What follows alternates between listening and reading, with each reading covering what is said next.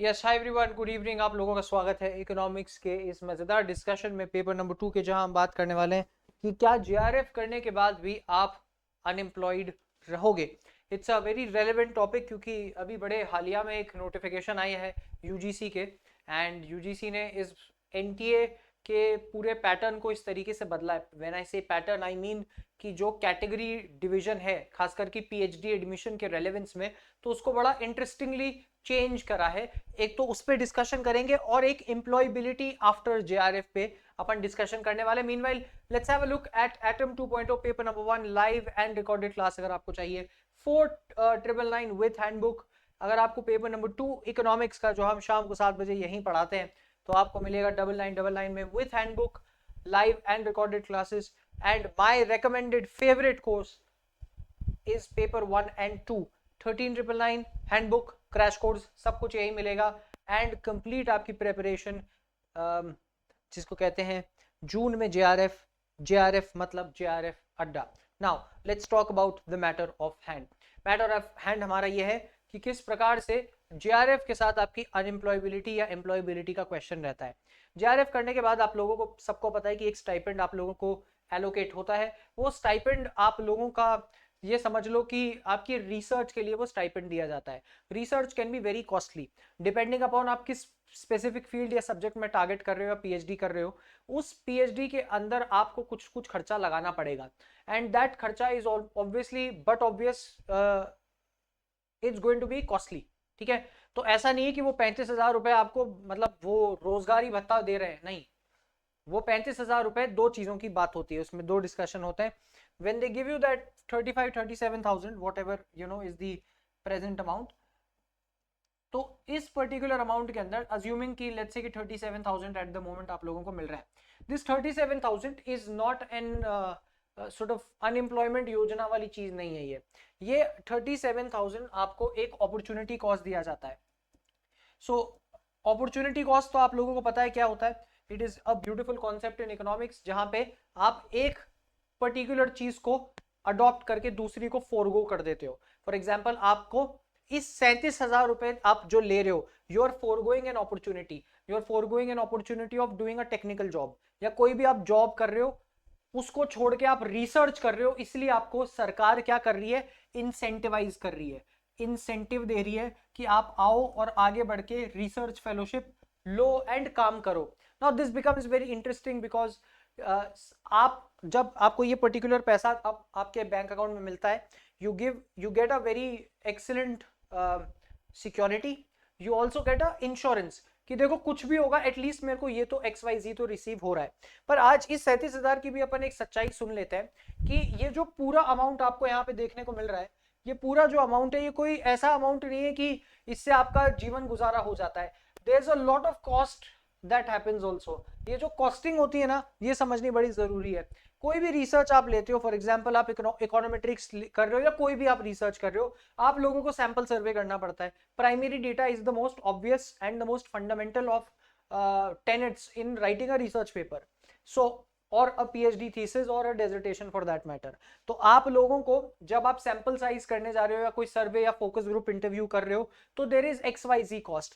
दूसरी बात, आपको ट्रैवल का कॉस्ट भी लगता है। लाइक ट्रैवलिंग के आपको XYZ डिस्ट्रिक्ट में जाके आप रिसर्च कर रहे हो, तो आपको जो ट्रैवलिंग कॉस्ट है वो लगेगा, राइट। योर एम्प्लॉइंग अच्छे एडवांस सॉफ्टवेयर्स, तो उनका भी आपको प्रीमियम खर्चा देना पड़ता है, XYZ। तो बहुत सारे ऐसे छोटे छोटे छोटे छोटे खर्चे होते हैं जो इस 37,000 से आप most possibly as a researcher निकाल सकते हो।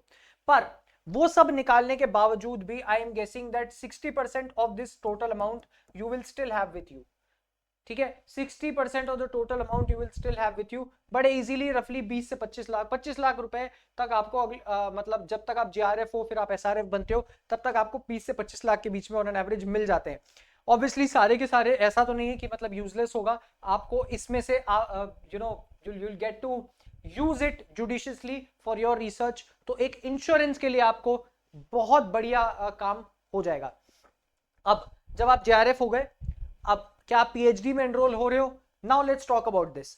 तो अब तक, इससे पहले तक तो क्या हो रहा था, that the situation was like this, that you were doing JRF. आप तक अभी अभी तक या तो आप जेआरएफ हो या आप असिस्टेंट प्रोफेसर हो, ठीक है, राइट। एंड इसमें क्या हो रहा था कि अब फॉर एग्जांपल आपने जेआरएफ क्लियर कर लिया, इस जेआरएफ क्लियर करने के बाद में आप अपना कोई ना कोई एंट्रेंस टेस्ट देते हैं, जैसे जेएनयू दे रहे हो, बीएचयू दे रहे हो, ठीक है, जामिया मिलिया इस्लामिया, कोई भी अलग अलग आप जो पर्टिकुलर मतलब जिसको कहो कि एंट्रेंस टेस्ट है, पीएचडी एंट्रेंस टेस्ट, वो आप देते हो। नाउ जेआरएफ बनने के बाद में आप इस एंट्रेंस टेस्ट से यूजुअली बच रहे थे, plus you were giving an interview, वो इंटरव्यू आपको बचा रहा था, ठीक है, दिस प्लस इंटरव्यू आपका एडमिशन करवा रहा था। काफी बार तो आपको एंट्रेंसेस देने ही पड़ रहे थे। अब क्या हुआ है, जो अभी सर्कुलर निकला है, उस सर्कुलर में आपके 100% फॉर एग्जांपल एडमिशन चांसेस है पीएचडी के अंदर, तो 70% आपके मार्क्स पे डिपेंड करेगा कि आपके कितने मार्क्स आए हैं, ठीक है, कि आपके नेट के एग्जाम में कितने मार्क्स आए हैं, और 30% आपको इंटरव्यू परसेंटेज इसके अंदर होगा, 70% नेट के मार्क्स एंड 30% आपका जो ऑन स्पॉट इंटरव्यू है उससे आपका डिसीजन होगा। सो प्रोवाइडेड, जब आपको समझना पड़ेगा कि जब आप जेआरएफ हो तो आप हो क्या। When you are JRF here, it means you are in the top 4 to 6% of the people who have scored the highest, ठीक है। तो इस बार जैसे 45 अनरिजर्व्ड कैटेगरी के अंदर जेआरएफ निकले थे, इन 45 जेआरएफ में ये 4 से 6% जो ऑलरेडी टॉप स्कोर कर चुके हैं उनको एक एडवांटेज है। एडवांटेज क्या है, यहां पे जो उनका 70% मार्क्स बन रहे हैं ये सबसे हाईएस्ट बन रहे हैं, सबसे हाईएस्ट यहां पे वो बन रहे हैं, दिस 70%, और 30% में चलो उनका कम भी आ जाता है तो भी यहां पे बैलेंस आउट हो जाएगा, राइट, प्रोवाइडेड। अब दूसरी एक और इसकी ऑल्टरनेटिव चीज है, सपोज करो कि आपने जेआरएफ क्लियर नहीं करा, आपने नेट क्लियर कर लिया, राइट, 5-10 नंबर से आपने नेट क्लियर कर लिया, जेआरएफ मिस कर गए, 10 नंबर से आप रह गए जेआरएफ, यहां पे तो चलो आपका 70% का जो वेटेज है वो कम हो जाएगा। लेकिन अगर आपने इंटरव्यू क्लियर कर लिया, you will be at power with someone who is doing JRF, तो जेआरएफ एक बंदा जो कर चुके और 10 नंबर पीछे जो है वो इंटरव्यू फिर वो डिसाइडिंग फैक्टर होगा, ठीक है। तो दो चीजें निकल कर आती है यहां से, ठीक है, सार जो है वो दो निकल कर आता है। पहले तो अगर आप जेआरएफ क्लियर कर रहे हो, आपका हायर चांस है एडमिशन होने का, हायर चांस है पीएचडी में एनरोलमेंट होने का। दूसरी बात, आपको एंट्रेंस टेस्ट और अलग से देने नहीं पड़ेंगे, आपका बड़े सिंपली पीएचडी के अंदर एडमिशन इस पर्टिकुलर चीज के थ्रू हो जाएगा, 70% हियर, 30% इंटरव्यू हियर। दूसरी बात, जो नेट वाले हैं जिनको पीएचडी करनी है पर वो 5 नंबर 6 नंबर 7 नंबर से रह गए, जेआरएफ से बहुत क्लोज ही थे पर 5-6 नंबर से रह गए, वो यहां पे मेकअप कर सकते हैं, ये 30% वाला मेकअप कर सकते हैं, क्योंकि यहां पे 5-6 नंबर ज्यादा मैटर नहीं करने वाले। पर इधर अगर आपने खींच लिया तो आप जेआरएफ होते हुए भी आप किसी को बीट कर सकते हो। अगर आप असिस्टेंट प्रोफेसर ओनली क्वालिफाइड हो एंड पीएचडी क्वालिफाइड हो तो आप यहां पे, और यहां पे नंबर आपके 5-6 नंबर कम है जेआरएफ से, तो भी आप जेआरएफ वाले को भी आप बीट कर सकते हो। This is the power of this interview, this is the power of this pattern, इस स्ट्रक्चर का पावर अब ये निकल कर आता है। तो अब बड़ा सिंपल सा मैटर है, बड़ा सिंपल सा मैटर है कि जेआरएफ करना है, मतलब अगर आप आपको देख, so you have to understand this. अब अपना थोड़ा सा माइंडसेट बदलना पड़ेगा।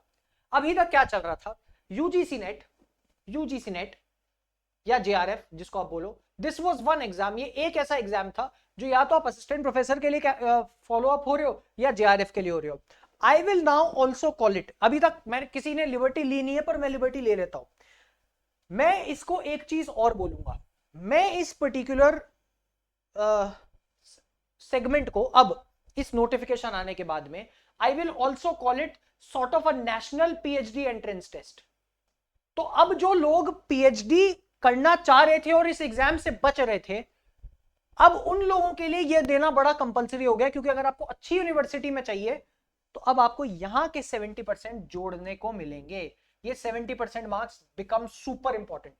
So understand this and this is very very important. अब जो मैं ऑब्जर्वेशन देने जा रहा हूं ना, ये आप लोगों की प्रेपरेशन को बदल के रख देगा और ये आपकी प्रेपरेशन को एक ऐसा एज दे देगा जो बाकियों के पास नहीं है। आप इस नोटिफिकेशन का वेटेज समझो, when an exam like this, जब ऐसा एग्जाम एक डिसाइडिंग फैक्टर होता है पीएचडी के एडमिशन टेस्ट के लिए, इकोनॉमिक्स में, अभी सिर्फ इकोनॉमिक्स में बात करते हैं, पीएचडी के एंट्रेंस टेस्ट के लिए, तो इसका सीधा सीधा मतलब यह है कि आपका जो वेटेज है या पेपर का जो डिफिकल्टी लेवल है वो बढ़ जाएगा, it will most definitely increase, it will increase. Paper का डिफिकल्टी लेवल बढ़ जाएगा। क्यों? Because it is now just not NET JRF का certificate, it is also an entrance test, sort of an entrance test of getting into PhD. आपने PhD entrance test के paper उठा के देखें कभी? आप आज जाके उठा के देखो। अब आपकी स्ट्रैटेजी में अभी मैं एक डिटेल्ड वीडियो लेकर आऊंगा कि इस नोटिफिकेशन के बाद में आपकी इकोनॉमिक्स में जेआरएफ, पीएचडी और नेट तीनों एक साथ क्वालिफाई करने की क्या स्ट्रैटेजी होनी चाहिए। ठीक है, पर एक बड़े सिंपल वाक्य में आपको मैं समझाऊं तो आपको अब सिर्फ प्रीवियस ईयर क्वेश्चन से काम नहीं चलेगा। Why? Because this has become a PhD entrance test of sorts. तो क्योंकि यह पीएचडी एंट्रेंस टेस्ट अब सॉर्ट्स में बन चुका है, अब आपको जेएनयू, बीएचयू इन सब के भी प्रीवियस ईयर क्वेश्चंस को करना पड़ेगा, तब जाके आप इस लेवल को मैच कर पाओगे। दिसंबर में एनटीए ने बता दिया था कि एनटीए क्या कर सकता है जब बात आती है डिफिकल्टी लेवल की। और जब मैं कह रहा हूं कि जो दिसंबर में पेपर आया था उसके भी 2-4-5% डिफिकल्ट पेपर आने वाला है इस बार जून में, तो आप मान लो, because there is a reason for it, क्योंकि कंपटीशन अब बहुत ज्यादा बढ़ने वाला है। अब आप ये मान लो कि कंपटीशन बहुत बढ़ने वाला है। काफी ऐसे बच्चे थे जो ना नेट दे रहे थे, ना नेट जेआरएफ नहीं दे रहे थे, सीधे पीएचडी एंट्रेंस टेस्ट दिया करते थे। अब उल्टा हो चुका है, अब उन लोगों को देना ही पड़ेगा, because this has become like a national PhD entrance test sort of thing. तो कंपटीशन बढ़ गया, और क्योंकि पीएचडी एंट्रेंस वाली बात हो गई तो इसकी वजह से पेपर का डिफिकल्टी लेवल भी बढ़ गया। और अब यह भी बात सुन लो कि ऐसा भी हो सकता है कि जो पेपर का पूरा पैटर्न है, मतलब जिस तरीके से इकोनॉमिक्स की बात करो, पेपर नंबर 2, जिस तरीके से इकोनॉमिक्स का पेपर पैटर्न है वो थोड़ा सा अब और चेंज होने को दिख सकता है, बड़े सिंपली। तो अब अनसर्टेनिटीज बहुत सारी आपके सामने मालूम पड़ेंगी, आपको बड़ा डर भी लगेगा, एंजाइटी भी होगी, सर क्या करे क्या नहीं करे। पर ये अपडेट अगर आप अच्छे से समझे नहीं ना सर, तो दिक्कत हो जाएगी। ये अपडेट आपको समझना बड़ा जरूरी मालूम पड़ता है। ये अपडेट अगर आप समझ गए एक बार, if you understand the update कि इसका सार क्या है और उसके हिसाब से मुझे प्रेपरेशन कैसे करनी है, तो चीज आसान हो जाएगी sir, then things will become easy. तो मेरा अब तक अपन क्या कर रहे थे, नेट जेआरएफ करने के लिए अपन प्रीवियस ईयर क्वेश्चंस करा करते थे, और अपन जो है कोई रेफरेंस सोर्स उठा के काम कर रहे थे। अब उससे काम नहीं होने वाला, बहुत simply this in itself is inefficient. ये मैं पहले भी बोलते आया हूं, दिसंबर के पेपर के बाद मेरी स्ट्रैटेजी यही थी कि देखो 3 लेवल पे अपनी मॉक्स तैयार करो। पहले प्रीवियस ईयर करना है, उसके बाद में आपको ये अपना बीएचयू के एंट्रेंस टेस्ट करने, और तीसरे लेवल पे गेट का भी पेपर सॉल्व करो। ये मैंने अब तक आपको बोला है, आप चाहे कोई भी स्ट्रैटेजी वीडियो उठा के देख लो, यही बात बोली है। अब मैं ये बोल रहा हूं कि जो चीज अब ये ऑप्शनल थी ना, ये स्ट्रैटेजी मैं कह रहा था कर लो, अब ये करनी है। हम हमारे पेड बैच में तो ये करवाने वाले हैं मैंडेटरीली। अब बचे हुए 2-2.5 महीने जो है, जो ये शॉक आया है इस जून से, इस शॉक को अब अपन बदलने वाले हैं, इस शॉक को अब अपन कैपिटलाइज करने वाले हैं। कैसे कैपिटलाइज करेंगे? मैं मेरी क्लासेस के अंदर, चाहे वो अभी शाम की 7 बजे की क्लास हो या मेरी पेड क्लास हो, एटम 2.0 बैच हो, कोई भी बैच हो, उसके अंदर मैं 2 चीजें करने वाला हूं। इसके अंदर मैं मैंडेटरीली अब बीएचयू के, जेएनयू के और सारे टॉप जामिया मिलिया इस्लामिया के और गेट के क्वेश्चंस हर टॉपिक वाइज करवाऊंगा। आप कहीं भी एक टॉपिक में ये क्वेश्चंस करोगे तब जाके आपके कंसेप्ट क्लियर होंगे, तब जाके आप जेआरएफ रेडी होगे। बिकॉज इस नोटिफिकेशन में, इस पर्टिकुलर अपडेशन में अब चीजें इतनी बदल गई है that you absolutely have to adapt, और अडेप्ट नहीं करा तो प्रॉब्लम होगी। क्योंकि अभी आपने जेआरएफ भी क्लियर कर लिया तो आप साथ में पीएचडी भी एडमिशन हो रहा है, यू आर सॉर्टेड।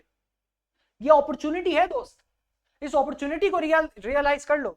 अगर आपने ये अपॉर्चुनिटी रियलाइज नहीं करी कि जेआरएफ प्लस पीएचडी एडमिशन, मतलब एक ही पेपर से एक ही दिन में आप अपनी सारी परेशानियां खत्म कर सकते हो। आपने एमए करा है, पीएचडी ढूंढ रहे हो, एक दिन। आपने जेआरएफ करना है, आपको 37,000 चाहिए, एक दिन। आपको असिस्टेंट प्रोफेसर भी बनना है, जेआरएफ भी करना है और पीएचडी में भी इनरोल होना है साथ साथ, एक दिन। That one day will be in June. अब ये 50 जगह भागना नहीं पड़ेगा, अब एक ही दिन बैठना है और उस एक दिन में, जिसको कहते हैं ना कि एकदम जो बाण है वो जहां लगना चाहिए मछली की आंख पे लगेगा, और लगेगा और आप क्लियर कर लोगे। You only need one good day on your side, एक दिन सही जाना चाहिए, और वो एक दिन सही चला गया ना तो सारे आपकी जिंदगी के प्रॉब्लम जो अभी at this moment at this stage मालूम पड़ते हैं वो निपट जाएंगे।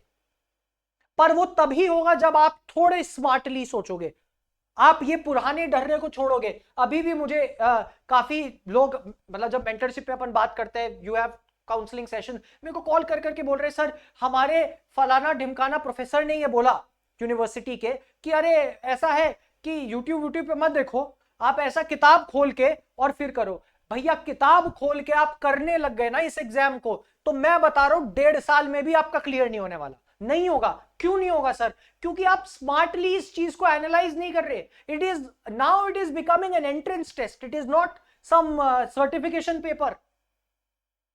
और जब ये एंट्रेंस टेस्ट बन जाता है इसका मतलब कि you have to have a competitive edge over your opponents. It is not about ये, इसका मतलब ये नहीं है कि आपको 100 में से 100 लाने। गलत अप्रोच है सर, एमए का पेपर नहीं है ये। गोल्ड मेडलिस्ट और ये सिल्वर मेडलिस्ट जो है वो आप अपनी यूनिवर्सिटी में होंगे, यहां पे गोल्ड मेडलिस्ट नहीं बनना है, यहां पे क्लियर करना है। क्लियर करो और निकलो आगे, क्लियर करो और आगे निकलो। इसीलिए मैं बोल रहा हूं इकोनॉमिक्स के बच्चे के लिए पेपर 1 बहुत इंपॉर्टेंट है। पेपर 2 में इतनी अनसर्टेनिटी आने वाली है, मैं लिख के दे रहा हूं।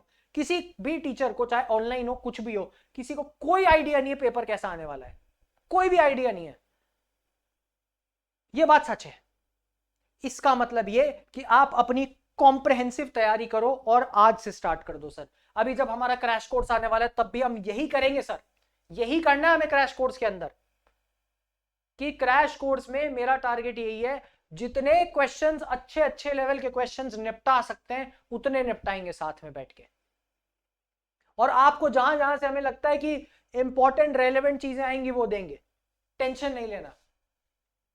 तो अब इस चीज को अब आपको दिमाग में डालना है सर, तब जाके कोई काम होगा। ठीक है, so that was my session. अब आप लोगों को अच्छा लगे ये सेशन, कड़वी सच्चाई सुनने को मिली, और अब आप अगर अपना प्रेपरेशन ओवरहॉल करना चाहते हो, चेंजेस करना चाहते हो, तो जरूर मेरे को कमेंट सेक्शन में बताइएगा कि sir I want to change my preparation style. और मेरे को अगर आप चाहते हो जुड़ना तो do call on the JRF Adda support number. I will personally sit down and counsel you and have a conversation कि किस तरीके से अपन आपकी प्रेपरेशन स्ट्रैटेजी को आगे बढ़ाएं।